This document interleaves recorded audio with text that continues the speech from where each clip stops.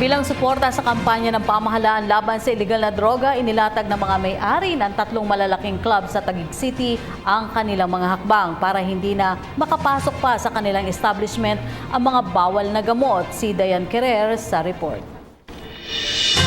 Iminungkahi ni Wilbert Valentino, Vice President for Operations ng 3 malalaking club sa The Fort, ang kanilang mga naging hakbang para tulungan ang pamahalaan sa kampanya laban sa iligal na droga.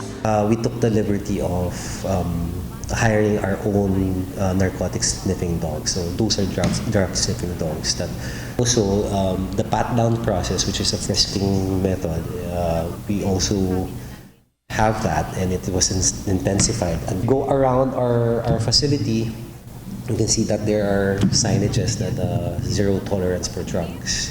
We also have 260 CCTV cameras all over the facility. Giit ni Valentino, bukod sa pagbibigay ng maximum entertainment, seguridad at kaligtasan ang nananatili pa rin nilang prioridad. What's paramount for us is the safety and well-being of our customers.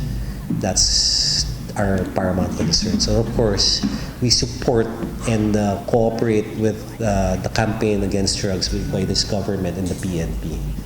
It's full support. Dagdag pa ni Valentino, ang sinumang mahuhuli sa kanilang mga bar na gumagamit ng iligal na droga ay agad na ire-report sa kapulisan. Maaalalang pinulong kamakailan ni PNP Chief Bato de la Rosa ang mga bar owners para hingin ang kanilang suporta sa kampanya laban sa iligal na droga. Para sa PTV News, Dayan Querer. Ako po si Cathy San Gabriel. Subscribe na sa PTV YouTube channel.